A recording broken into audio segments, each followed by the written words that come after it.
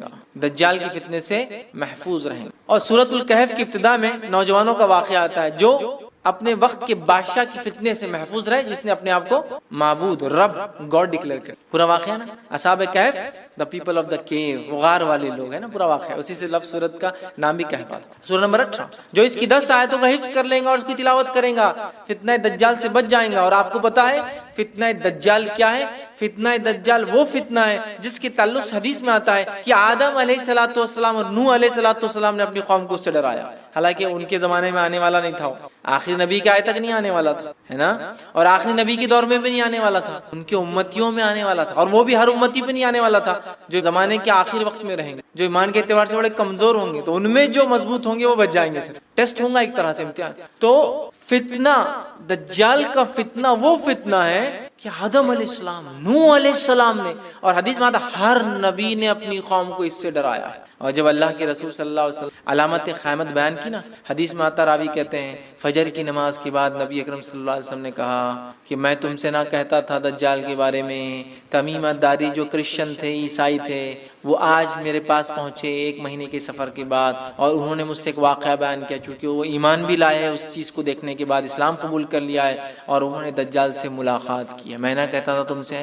اور اس کے بعد نبی اکرم صلی اللہ علیہ وسلم سناتے گئے، راوی کہتے ظہر کا وقت آ گیا، ہم نے ظہر کی نماز پڑھی، پھر علامت قیامت اب بتاتے گئے، عصر کا وقت آ گیا، ہم نے عصر کی نماز پڑھی، پھر علامت قیامت بتاتے گئے، اور صحابہ کہتے ہیں جب پوری علامتیں آپ نے ہم کو دن بھر میں بتا دی تو ہم اتنے خوف زدہ ہو گئے کہ کسی جھاڑی کے پاس سے جاتے ڈر لگنا شروع، کسی جھاڑ کے پاس سے ڈر لگتا تھا کہ دجال نکل کے آنا جا، اللہ اتنا ڈرا، دجال اتنی خطرناک، اور اس سے سیفٹی کے لیے صرف 10 آیتیں یاد کریں، 10 جملے، 10 سینٹنسز یاد کر لو، محفوظ۔ اب آپ بولیں گے 10 جملوں سے کیسا محفوظ ہو سکتا ہے انسان؟ ہو سکتا 10 جملے کے معنی اور مفاہیم۔ ابھی تو میں کہہ رہا ہوں نا قیامت تک قرآن اپنے عجیب و غریب معجزے دکھاتا رہے گا۔ قرآن دیکھیے ہر نبی کو اللہ نے قوم کے پاس بھیجا، قوم ایمان بغیر معجزے کے نہیں لائی، میراکل کے، تو اللہ تعالیٰ نے اب چونکہ نبی نہیں بھیجیں گا تو ایک ایسا معجزہ میراکل قرآن بھیج دیا ہے جو ہر دور میں اپنے آپ کو معجزہ ثابت کر کے رہے گا، ہر ایج میں ثابت کرے گا۔ نبی اکرم صلی اللہ علیہ وسلم کے زمانے میں عربی اور لغت کا ایج تھا، شاعری کا ایج تھا، قرآن نے ثابت۔ اس کے بعد کے زمانوں میں فلسفوں کو لوگوں نے آگے کیا، قرآن نے ثابت۔ آج سائنس اور ٹیکنالوجی قرآن ثابت کرتا ہے، کل کوئی اور دور ہوگا قرآن وہاں بھی اپنے آپ کو۔ تو اس کی 10 آیتیں سورۃ الکہف کی، صحیح مسلم کی روایت ہے، ابو درداء رضی اللہ عنہ فرماتے اور کہتے ہیں رسول اکرم صلی اللہ علیہ وسلم فرمایا جس نے سورہ کہف کی پہلی 10 آیتیں یاد کر لی وہ فتنے دجال سے محفوظ کر لیا گیا۔ یاد کرو، سمجھو اس کو، اس کے معنی مفہوم پہ غور کرو، فتنے دجال سے انشاءاللہ ہم بچ جائیں گے، ٹھیک ہے۔ اسی طرح جو ہے سورہ کہف کی آخری 10 آیت تلاوت کرنے والا فتنے دجال سے محفوظ رہیں گا، پہلی 10 آیتیں یاد کرنے والا، آخری 10 آیتیں تلاوت کرنے والا محفوظ رہیں گا۔ یاد بھی کر لے، یاد کرنا ہے تو مسئلہ نہیں۔ اور کچھ علماء لکھتے ہیں ہو سکتا ہے دونوں سے فائدہ، واللہ عالم، چونکہ طبرانی کی روایت میں الفاظ اس طرح سے، ابو سعید خدری رضی اللہ عنہ کہتے ہیں رسول اللہ صلی اللہ علیہ وسلم فرمایا جس نے سورۃ الکہف کو اس طرح پڑھی جس طرح نازل ہوئی تو وہ اس کے لیے قیامت کے روز نور ہوں گی، مکہ سے لے کر جس جگہ وہ رہتا وہاں تک کے لیے نور، انڈیا سے وہاں پڑھے تو وہاں تک اتنا بڑا نور رہے گا، جس جگہ سے مکہ تک اتنا بڑا نور اس کے لیے ثابت ہوگا۔ اور جس نے سورہ کہف کی آخری 10 آیتیں پڑھی فتنے دجال سے، اس سے کوئی نقصان نہیں پہنچے گا۔ تو 10 آیتیں یاد کر لی تو بھی بچ گیا، آخری 10 آیتیں پڑھ لی تو بھی بچ گیا، ٹھیک ہے۔ اور میں بھی ہو سکتا دونوں بھی اس کا معنی ہو کہ پہلی بھی پڑھ لے، 10 بعد کی بھی پڑھ لے، انشاءاللہ انسان محفوظ ہے۔ اسی طرح جمعہ کی روز سورہ کہف کی تلاوت کرنے والے کے لیے 2 جمعوں کے درمیان ایک روشن نور ہوتا ہے، 2 جمعے کے درمیان روشن نور ہوتا ہے، یہ حاکم اور بیہقی کی روایت ہے، یاد رکھیں۔ اسی طرح جو ہے سورہ جو کچھ اس پہ تھا اس کے لیے کی وہ ساری چیزیں اس کے سامنے ہوں گی، اور تب انسان کو یہ ریئلائز ہوگا، یہ حقیقت واضح ہوگی کہ یہ تمام چیزیں آج میرے کوئی کام نہیں آنے والی سوائے ان کے جنہوں نے اس کا صحیح استعمال کیا۔ آج میرے لیے یہ تمام چیزیں کوئی کام نہیں آنے والی سوائے ان کے لیے جنہوں نے ان چیزوں کا صحیح استعمال کیا۔ تو زمین اپنے بوجھ کو نکال کر پھینک دیں گے، جو کچھ اس پہ تھا نکال کر پھینک دیں گے۔ مطلب ساری دنیا میں آج جو کچھ ہوتا ہے یہ تمام چیزیں مادے کے لیے ہوتی ہے، مادے کے لیے، میٹریلزم، تمام چیزیں مادے کے لیے ہم کر رہے ہیں، وہ تمام چیزیں زمین نکال کر پھینک دیں گی، اور انسان جیسا کہ اس روایت کے اندر ہے کہ سونے اور چاندی کو دیکھ کر کہیں گے آج اس کو کوئی نہیں اٹھانے والا ہے، اس کے لیے میں نے قتل کیا، اس کے لیے میں نے جو ہے لوگوں سے رشتے توڑے، اس کے لیے میرا ہاتھ کاٹا گیا، میں نے کیونکہ چوری کیا تھا، وہ سب نکل جائے گا۔ تو زمین میں جو کچھ ہے، جو مادہ ہے سامنے ہوگا، اپنے بوجھ زمین نکال کے رکھ دیں گی۔ انسان جو اندر مردہ تھے وہ بھی نکل کر باہر آ جائیں گے، اور باہر آنے کے بعد پہلا سور پھونکا گیا، تمام کائنات، تمام چیزیں ختم ہو گئی، دوسرا سور پھونکا گیا، انسان اور تمام چیزیں، زمین میں جو کچھ بوجھ تھا وہ نکل کر سب باہر آنے لگا۔ اب انسان جو ہے کھڑے ہو گئے ہیں، مطلب محشر کی طرف جا رہے ہیں، کھڑے ہو گئے ہیں، ان کے حساب اور کتاب ہونے والا، یاد رکھیے۔ اب اس کی بات اللہ کہہ رہا ہے، وقال الانسان ما لها، اور انسان یہ کیفیت دیکھ کر جب وہ خود اٹھ جائیں گا اور تمام زمین اپنے چیزوں کو نکال کر جو باہر رکھیں گی، اپنے بوجھ نکالیں گی، انسان کہیں گا کہ وقال الانسان ما لها، اور انسان کہنے لگیں گا اسے آج کیا ہو گیا ہے، مطلب زمین کو یہ کیا ہو گیا ہے، زمین ایسا کیوں کر رہی ہے، یاد رکھیے۔ اور اندازہ لگائیے کتنا عجیب منظر ہوگا، کتنا عجیب منظر ہوگا کہ انسان نے جو کچھ دنیا میں کمانے کی کوشش کی، جس کے لیے سب کچھ برائیاں، خرابیاں، گناہ کیے، وہ تمام چیزیں نکل کر آ گئی، زمین ایک ایک چیز نکال کر باہر رکھ رہی ہے۔ اور واللہ عالم اس کا اور کیا معنی ہے، واللہ عالم اس کا اور کیا معنی ہے کہ زمین اپنے بوجھ نکال کے رکھ دیں گی، وہ کیا کیا چیزیں ہوں گی جو اس کے اندر شامل ہوں گی، وہ سب باہر آ جائیں گا، اور انسان کہیں گا کہ اس کو کیا ہو گیا، زمین یہ ایسا کیوں کر رہی ہے، زمین ایسا کیوں کر رہی ہے، اس کو کیا ہو گیا ہے آج، مطلب عموماً ایسا نہیں کرتی ہے زمین، اس کو کیا ہوگا، انسان کہیں گا وقال الانسان ما لها، انسان کہیں گا اس کو کیا ہوا ہے، یومئذ تحدث اخبارها، اور اس دن زمین گواہی دیں گی، خبریں دیں گی، زمین خبریں دیں گی، یاد رکھیے۔ تو انسان ایک تو یہ پوری کیفیت، زلزلہ، پہاڑوں کا روئی کے مانند اڑ کر جا رہے ہیں، زمین کا پورا ختم ہو جانا، کائنات کا پورا ختم ہو جانا، اس کے بعد انسانوں کا دوبارہ اٹھائے جانا، اور دوبارہ اٹھائے جانے کی کیفیت کے اندر یہ بات بھی بیان کی گئی کہ ریڑھ کی ہڈی کا ایک ایسا حصہ ہوتا ہے انسانی جسم میں جو کبھی ختم نہیں ہوتا ہے، انسان مر جائے گا، سب کچھ اس کا ختم ہو جائے گا، مٹی بن جائے گا، چورا چورا ہو جائے گا، ریڑھ کی ہڈی کا ایک حصہ ایسا ہے جو کبھی ختم نہیں ہوتا ہے، اور روایت میں آتا ہے کہ وہ حصے سے پورا انسان بنے گا، اور انسان ویسے بنے گا جیسے سبزی اگتی ہے ویسے واپس بن جائیں گے، جیسے آپ نے بیج ڈال دیا اور سبزی پوری اگ جاتی ہے، اس طرح سے وہ ریڑھ کے ہڈی کے ایک حصے سے پورا انسان واپس بن جائے گا، پورا انسان واپس بن جائے گا۔ اور مشرکین مکہ کو یہ بات قبول کرنا بہت بہت بھاری اور مشکل، وہ یہ سوچتے تھے کہ انسان مرنے کے بعد، مٹی بنا دی جانے کے بعد کیسے دوبارہ اٹھا جائے، مطلب جب ہم گوشت پوشت تھے تو ٹھیک ہے، لیکن جب ہم مٹی بن جائیں گے، اور ظاہر سی بات ہے خبریں وغیرہ پرانے جو ایسے لوگ جو مرے ہوئے ان کی ہڈیاں وغیرہ نکلتی تھی، جب اس کو دیکھتے تھے یہ تو سب کچھ ختم ہو گیا، پھر ہم دوبارہ کیسے اٹھیں گے، مطلب ان کو بڑا امیزنگ لگتا تھا، بڑا تعجب خیز لگتا تھا، بلکہ وہ اس پہ ایمان نہیں رکھتے تھے دوبارہ اٹھائے جانے پر، ٹھیک ہے، وہ کہتے تھے کیسے تعجب ہے، کیسے انسان اٹھیں گا۔ لیکن الحمدللہ جس دور سے میں اور آپ گزر رہے ہیں، اس دور کے اندر انسانیت کا یہ دعویٰ ہے کہ اگر مخصوص کچھ جانوروں کی اگر ہڈیاں بھی ان کو مل جائے، یا وہ ہڈیاں مکمل طور سے مل جائے، تو وہ اس جانور کو واپس پیدا کرنے کی کوشش کرنے کے جو ہے پیچھے پڑے ہیں، ہے نا، کہ وہ چیز کو واپس بنایا جائے۔ تو اللہ رب العزت کے لیے کیا ناممکن ہے، کیا ناممکن ہے کہ جب پہلی بار اللہ رب العزت انسان کو پانی کے خطرے سے بناتا ہے تو دوسری بار اس کو پھر واپس پیدا کرے، اس لیے کہ کسی چیز کو بنانے میں اگر تکلیف اور مشکل آتی ہے تو وہ پہلی بار آتی ہے، لیکن دوسری بار اگر اس کو پھر سے بنانا ہے تو اس کو کچھ مشکل نہیں ہوتی، اس لیے کہ پہلی بار اس چیز کو بنا چاہے۔ کمپیوٹر پہلی بار بنے، آج پوری ٹیکنالوجی بھی ختم ہو جائے، انسان کمپیوٹر پھر سے بنا لیں گے، اس لیے کہ اس کو آئیڈیا آ چکا ہے، پہلے اس نے بنا چکا ہے۔ تو جب اللہ رب العزت نے پہلے ہمیں پانی سے پیدا کیا، پانی کے خطروں سے پیدا کیا، منی کیا ہے، پانی کا خطرہ ہے، پھر دوسری بار اس کے لیے کیا ناممکن ہے۔ لیکن مشرکین مکہ کے لیے بالکل تعجب خیز بات تھی، کیسا ہوگا کہ ہم مٹی بنائے جانے کے بعد کیسے ہم دوبارہ اٹھا جائیں گے، وہ تعجب کرتے تھے، ہے نا، تعجب کرتے تھے۔ اور اسی تعجب کے جواب میں اللہ رب العزت نے قرآن کے اندر، اگر آپ دیکھیں،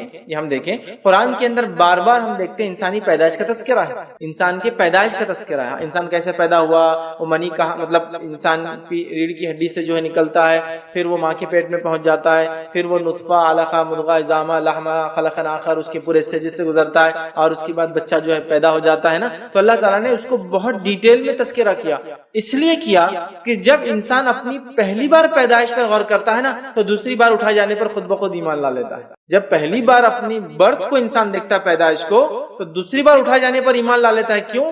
اس لیے کہ پہلی بار پیدائش ہی ناممکن ہے، مطلب ہڈیوں سے بننا یہ تو پھر بھی امکان ہے، پہلی بار پانی کے خطرے سے اللہ ہڈی گوشت سب بناتا ہے، یہ تعجب کی بات ہے، یہ سم تھنگ امیزنگ ہے۔ دیکھیے آپ، انسان اس پہ غور کرے تو وہ ایمان لائیں گا دوبارہ اٹھائے جانے پر۔ تو ہماری پیدائش کا تذکرہ بار بار کیوں کیا گیا کہ اگر ہم اپنی پیدائش کو دیکھیں تو دوبارہ اٹھائے جانے پر ایمان لا لیں، اگر ہم اپنے آپ کو دیکھیں تو ہم کائنات بنانے والے پر ایمان لا لیں گے۔ معلوم اتنی انسانی جسم کو اللہ نے سوفسٹیکیٹڈ اس انداز سے بنایا، تو ریڑھ کی ہڈی کا ایک حصہ ہے جو کبھی ختم نہیں ہوتا، اور اس سے انسان ایک روایت میں آتا ہے ایسے بنیں گے جیسے سبزیاں اگتی ہیں نا، ویسے انسان ہو گیں گے اسے، ٹھیک ہے۔ تو کچھ بھی اگر کچھ بھی نہ بھی ہو تو اللہ تعالیٰ کے لیے ممکن ہے ہر چیز، اس لیے کہ ایک روایت بھی آتی ہے کہ ایک حدیث کے اندر یہ الفاظ ہے کہ ایک شخص اس نے اپنے بیٹوں سے وصیت کی کہ دیکھو جب میں مر جاؤں تو مجھے جلا دینا اور مختلف پہاڑوں پر جانا اور میری راکھ کو پھونک کر اڑا دینا، اگر اللہ قادر ہوگا تو مجھے اٹھا لے۔ اس کے بچوں نے وصیت کے مطابق جب وہ مر گیا اسے پورا جلا دیا، اس کو ایشز میں تبدیل کر دیا، راکھ بنا دیا۔ اس کے بعد راکھ کو لے کے مختلف پہاڑوں پر سے پھونک دیا۔ اللہ رب العزت نے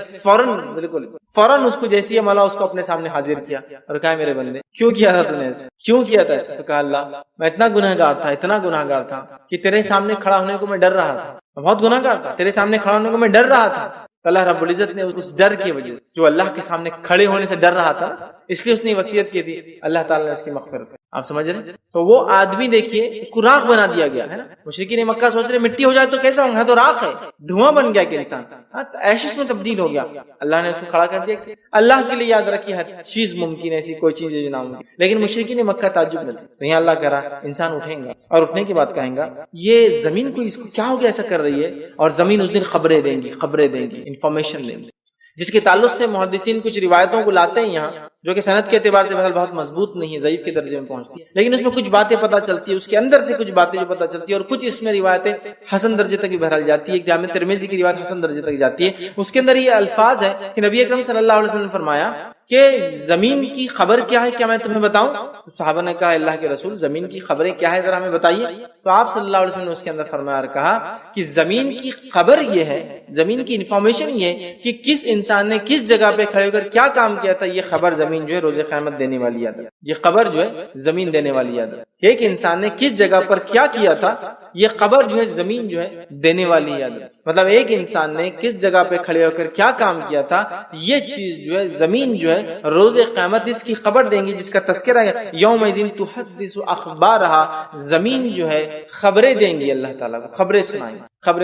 اب یہ بھی تھوڑا تعجب خیز لگتا ہے، زمین کیسے بات کریں گے؟ حدیث کے اندر آتا ہے کہ انسان جہنم کو دیکھ کر جھوٹ بولے گا، انکار کرے گا، قومیں انکار کرنے لگیں گی اپنے نبیوں کا، ان کی دعوت کا، انہوں نے حق پہنچایا اس کا، تو اللہ تعالیٰ زبان کو بند کر دیں گا اور تمام دیگر اعضاء بولیں گے۔ حتیٰ کی روایت کے اندر الفاظ آتے ہیں کہ ران، مانڈی، ٹھیک ہے، تھائی جس کو کہتے ہیں، تھائز بھی ہمارے گواہی دینے والے، مطلب زبان بند ہو جائیں گی اور ہر اعضاء، ہاتھ گواہی دیں گے، ٹھیک ہے، آنکھیں گواہی دیں گی، ٹھیک ہے، پیر گواہی دیں گے، حتیٰ کی روایت میں آتا جو انسان کی جو ران ہوتی ہے وہ بھی گواہی دینے والی اللہ کا، یہ اللہ کے لیے ممکن ہے۔ اور آج کی جدید دور میں بہت ساری چیزوں کے تعلق سے، میں خود جب چھوٹا تھا تو میں نے کچھ باتیں، کچھ چیزیں، لوگوں کی کچھ کتابیں پڑھی تھی کہ اسلام میں یہ ہے کہ لوح محفوظ کوئی چیز ہے، اس پہ اتنی انفارمیشن ہے، ٹیبلٹس، تختیاں ہیں، لوگ ہنسا کرتے تھے، مطلب یہ معاملہ میں غیر مسلموں کہہ رہا ہوں، مستشرقین اورینٹلسٹ کی بات کہہ رہا ہوں، میں ان لوگوں کی بات کہہ رہا ہوں جو اسلام کا انکار کرتے تھے، میں ان لوگوں کی بات کہہ رہا ہوں جو کفار تھے،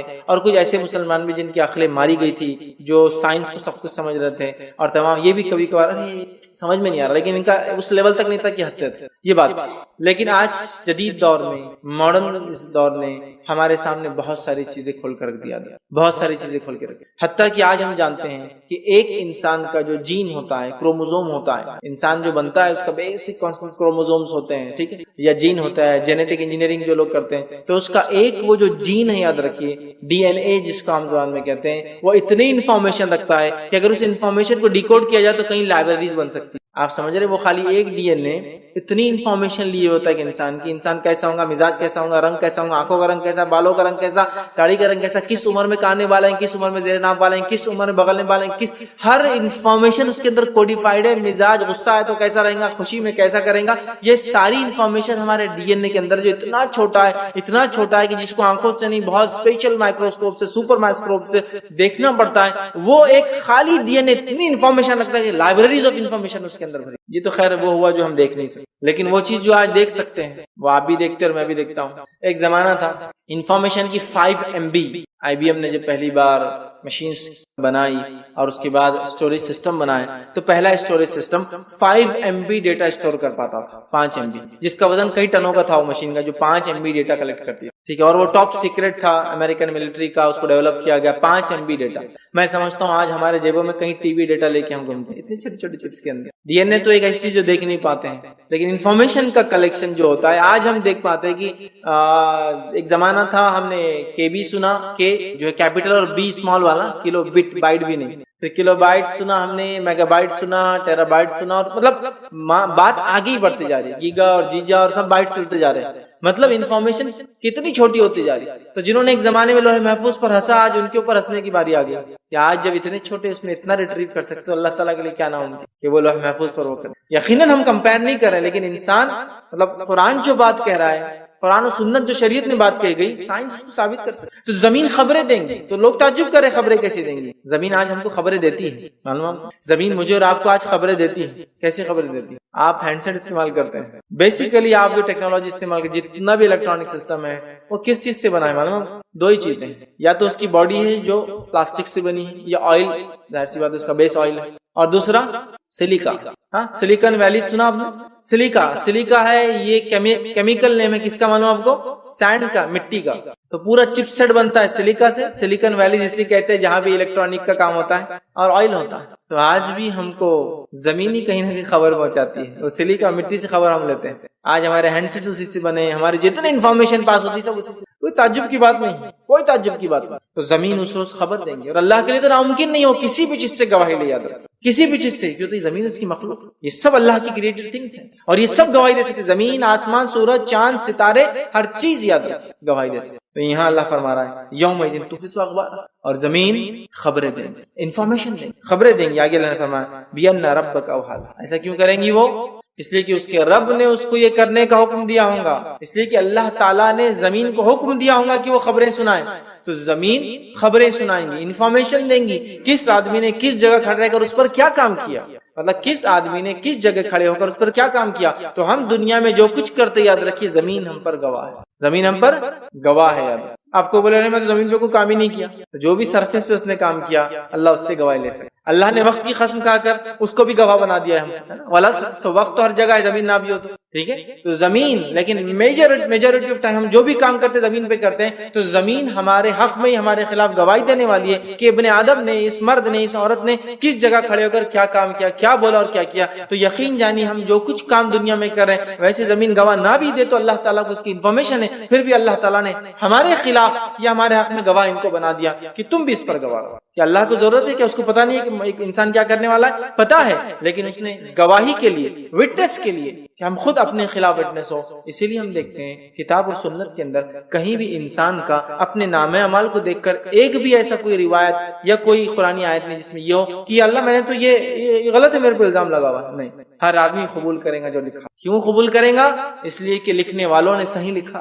کرامن کاتبین، وہ دو اکرام والے فرشتے جو لکھتے ہیں، انہوں نے رجسٹر لکھتے. انسان دیکھتے ہی سمجھ جائے گا میرا کھاتا ہے اور میں نے یہ کیا ہے نا، انکار نہیں کر سکتا. اسی طرح زمین، آسمان، سورج، چاند، ستارے اس کے جسم کے اعضاء اس کے خلاف گواہی دے. تو اسی لیے قرآن اور سنت کے اندر کہیں بھی انسان کے انکار کرنے کے لفظ. ہاں، انسان جہنم کو دیکھ کر بچنے کے لیے جھوٹ بولیں گا، لیکن نام اعمال کو انکار کریں گا وہاں بھی نہیں کہ یہ تھوڑی کیا میں نے ایسا نہیں ہے. کیوں قبول کریں گا؟ اس لیے کہ اتنے گواہ ہوں گے اس کے خلاف جسی کو انتہا نہیں. اس کا نفس اس کے خلاف گواہ، مطلب اس کا ہاتھ پیر جسم اعضاء گواہی دے رہے، زمین گواہی دے رہی، سورج اور ستارے گواہی دے رہے، وقت اور زمانہ گواہی دے رہا ہے نا. پھر آس پاس کے لوگ گواہی دے رہے ہیں، اس لیے کہ مومنین اور فرشتے بھی گواہی دے رہے ہیں. مومنین، فرشتے بہت گواہ. یاد رکھیں، تو انسان کو اللہ نے انٹیکٹ کر دیا. حالانکہ اللہ کو معلوم ہے انسان کیا کرے گا، پھر بھی زمین کو اللہ گواہ بنائے گا. کیوں؟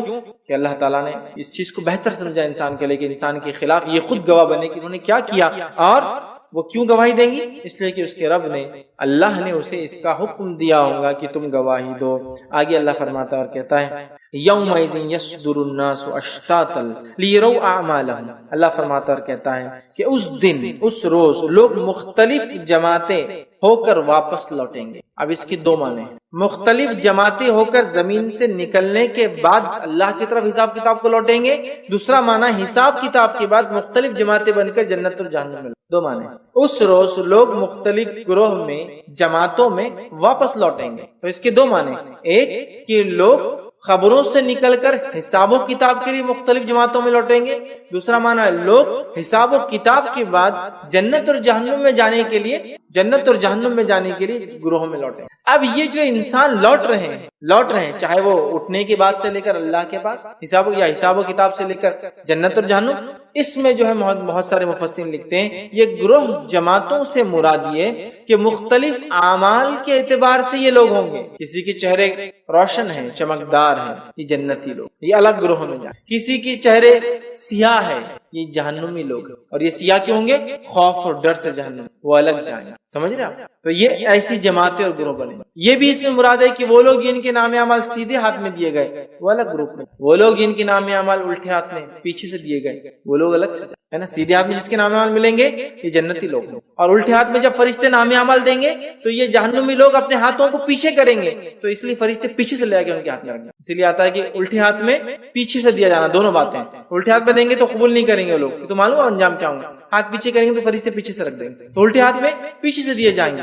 یہ گروپ بن گیا. مفسر لکھتے ہیں اس کا معنی یہ بھی ہے کہ متقین ایک ساتھ گروہ میں ہوں ہے نا، وہ لوگ جو اللہ کے راہ میں خرچ کرنے والے ایک ساتھ، چور جو چوری کر کے آئے وہ گروپ ایک ساتھ، زانیوں کا گروپ ایک ساتھ، متکبرین ایک ساتھ. مطلب مختلف لوگ مختلف اعمال کے اعتبار سے اچھے یا برے جتھے بن کے گروپس بن کے جماعتوں کی شکل میں جنت اور جہنم کی طرف جائیں گے. تو دو باتیں ہیں، ایک تو انسان اٹھنے کے بعد کیٹیگرائز ہو جائیں گا اور اللہ کے پاس پہنچے گا، اور ایک معنی ہے کہ حساب و کتاب کے کیٹیگریز ہو کر پھر الگ الگ جائیں گے. تو اس سے پتہ چلا کمپنی بہت اچھی ہونا چاہیے، صحبت بہت اچھی ہونا چاہیے. اس لیے کہ روایتوں میں یہ بھی آتا ہے دنیا میں جس صحبت میں ہم رہا کرتے تھے جنت میں اگر داخل ہوں گے تو اسی صحبت میں ہم رہیں گے. اور خاص بات یہ رشتہ داروں کے تعلق سے حدیث میں آتا ہے کہ انسان جن رشتہ داروں کے ساتھ دنیا میں رہتا تھا ان سے محبت کرتا تھا جنت میں بھی انہی کے ساتھ. اور اگر کوئی رشتہ دار نیچے رہ گیا، مطلب ایک رشتہ دار ہے، سمجھ لیجئے دو بھائی تھے ساتھ رہتے تھے، ماں باپ اور بیٹے ساتھ رہتے تھے، اب ہوا یہ کہ والدین کا مقام اونچا ہو گیا ان کے اعمال کے اعتبار سے، بچے نے اعمال کم کیا لیکن جنتی تو وہ بھی ہے. تو اللہ تعالیٰ چونکہ ان کو ساتھ رکھیں گا نیچے والے کا درجہ بڑھا کے اوپر والے کے پاس لا لیں. تو گویا متقین کی جو صحبت ہے اس کا فائدہ یہ ہوا کہ دنیا میں سمجھ دوستی کرتا تھا، دوستوں کے ساتھ رہتا تھا. جو دوست اچھے متقی پرہیزگار تھے وہ چاہیں گے جنت میں بھی ساتھ رہیں. اب ان کا مقام اونچا، اگر کچھ دوستوں کا جو متقی پرہیزگار تھے تو یہ کم درجے والے کا درجہ بھی اونچا کر کے ان کے برابر لے جایا جائے گا. یہ فائدہ ہوگا نیک لوگوں کی صحبت کا دنیا میں، آخرت میں یہ فائدہ ہے نا.